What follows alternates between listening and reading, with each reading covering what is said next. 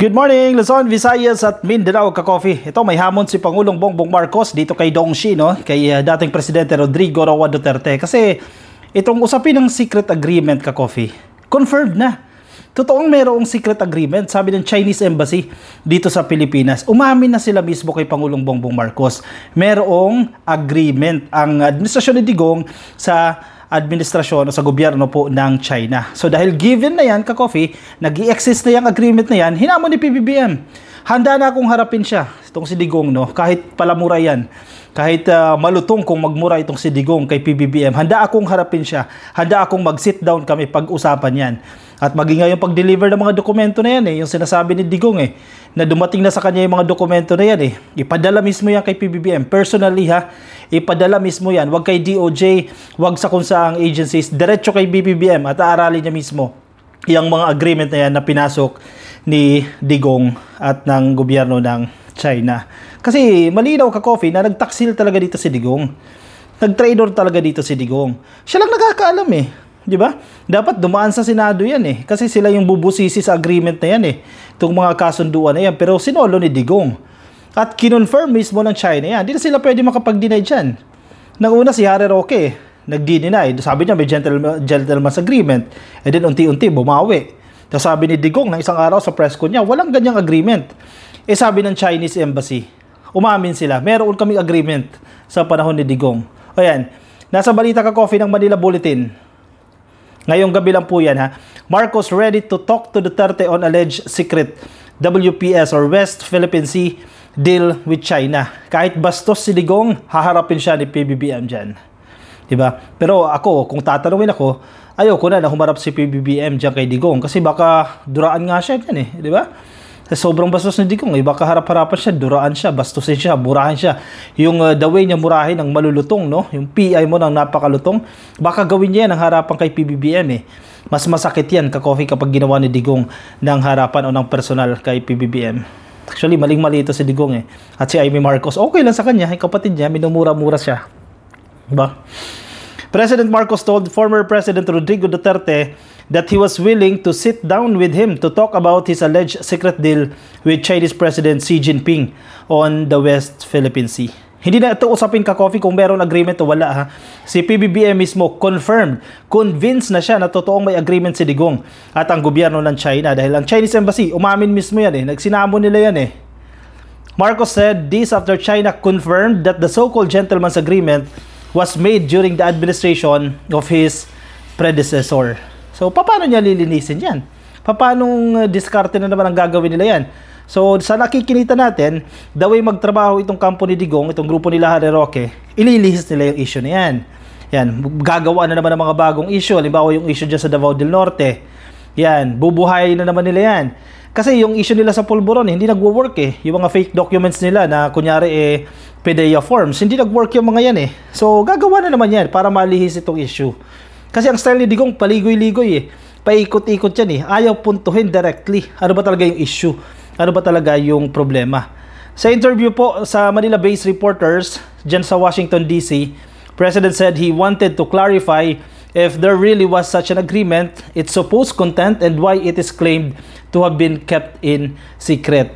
Yun, isang mabigat na usapin ito Ano yung mga nilalaman ng agreement?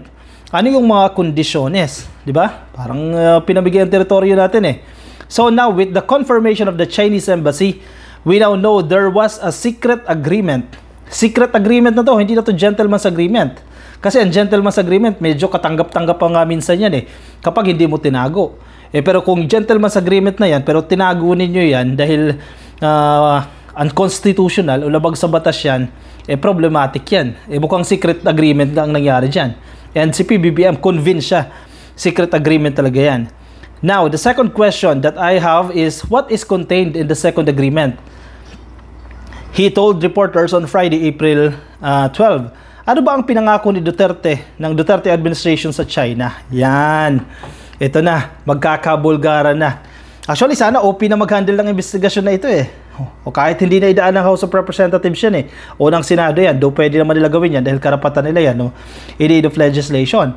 Pero importante talaga magkaroon ng malinaw na investigasyon dito dahil may pananagutan si Digong dyan. Sabi nga ni PBBM, accountable siya dyan Siya ang nakipagkasundo dito sa China At dapat sumagot siya dito ha. Walang mura-mura muna. Sagutin niyo muna directly itong tatlong tanong na to ni PBBM.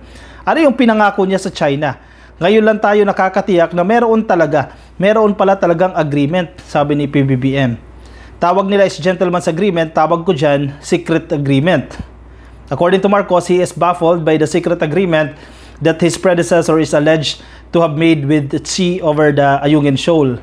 He is wondering why Duterte, an experienced lawyer, decided not to document, record, or announce the agreement. Yan yung topic natin kanina ka-coffee, di ba? Yung pinag-uusapan natin. Kasi minamatan nyo eh. Second year college lang, itong si PBBM. Yet kayo ito, mga experience ito, malalim yung inyong mga pinag-aralan, malawak yung inyong pinag-aralan, yung inyong experience under the leadership or under supervision of mabibigat na tao, tapos yet ganyan kayo, 'di ba? Sinong napapahiya ngayon? Pahiyang-pahiya, basang-basa ka-coffee ang papel ng mga Duterte dito. Ang papel ni Digong at even itong grupo nila Harry Roque. Tingnan natin kung paano nila i-handle yan Paano nila didiskartehan itong kalokohan na ginawa nila So, antabay tayo ka-coffee. May magaganap daw bukas na prayer rally na naman dyan sa Davao del Norte. At nakaisip na naman sila ng isang rason. Yung pagsuspindi daw, pangingialam ni PBBM dito yung pag-issue ng preventive suspension kay Kuya Gob, dyan sa Davao del Norte. Yan ang bago nilang issue. Tapos na kay Kibuloy Hindi nag-work yung issue nila kay Kibuloy Kaya yan, may bago na naman silang issue. Yung suspension dyan sa gobernador ng Davao del Norte. Anyway, move on tayo ka-coffee sa next topic. Ang Beijing, ang China, di ba? Matapos itong trilateral meeting ng Japan, Amerika at ng Estados Unidos, gumanti agad. Isipin mo talaga, hahanap ng paraan yan para makaganti itong China kasi dihado sila Sa nangyayari, biruin mo, malalakas na bansa yan. Japan at ang Estados Unidos, malalakas na bansa yan. Ang Pilipinas, sabihin natin, hindi pa ganon, Hindi pa ganon kalakas. Pero tulong-tulong itong tatlo na to. So itong si China, teka, mukhang nadidihado tayo dito. Gumanti agad. Ang ginawa nila, yung mga ambassador ng Japan at ng Pilipinas na nandiyan po nakabase sa China, pinatawag agad nila yan.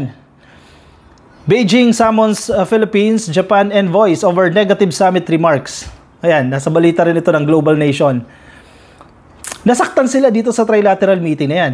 Ibig sabihin, affected pala kayo. Hindi pala kayo ganoon kalakas kasi medyo na kinakabahan din kahit papaano. Kinakabahan sila dito sa mga pag-uusap na to. At bilang gante, sisamo na ganyan. Patawag agad yan. Papuntahin yan dito yung ambassador ng Pilipinas. Papuntahin yung ambassador ng Japan dito sa Beijing, At kinausap agad nila yan.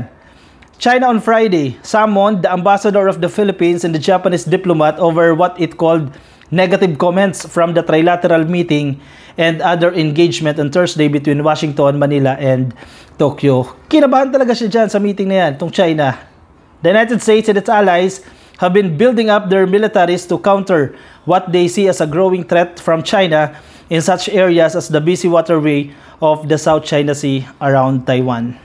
Kasi gahama naman kasi ang China Gusto nila, kanila na yan Yung West Philippine Sea, kamkamin nila lahat yan Magtayo sila ng mga bases dyan 'Di ba? Magtayo sila, kunin nila lahat ng langis dyan Conduct sila ng mga research dyan Kung ano yung mga resources na pwede nilang madampot dyan Sa kanila na lahat yan, 'di ba? Kahit hindi sa kanila talaga. Angkinin na nila. O hindi pwede yan. Sabi ng Japan, hindi pwede yan. Sabi ng Amerika, hindi pwede. Of course, definitely. Ang Pilipinas, hindi pwede yan. Dahil in the first place, amin yan. At this week's summit in Washington hosted by US President Joe Biden, he and his Philippine and Japanese counterparts, Ferdinand Marcos and Prime Minister Fumio Kishida, discuss China's aggressive actions. Doon sila nangangati sa term na aggressive actions in the South China Sea besides unveiling a wide range of pacts to boost security and economic ties. Kasi malinaw na na yung ginagawa ng China dyan sa West Philippine Sea ay sobrang agresibo, ka-coffee. Gumagamit na ng water cannon Wag lang silang gumamit ng armas dyan dahil maa-activate itong Mutual Defense Treaty. Mas lalala yan, ka-coffee, yung tension na yan. Following a joint statement among the three leaders, an official of the Chinese Foreign Ministry, Liu Jinsung, held separate meetings on Friday with Japanese embassy officials Akira Yokochi and Philippine Ambassador Jaime Flor Cruz. Ano kayang sinabi nila dyan, ka-coffee? Baka naman nakikiusap na, sige, kumambyo naman kayo dyan. Tama na yung meeting nyo yan. Tama na yung trilateral meeting nyo.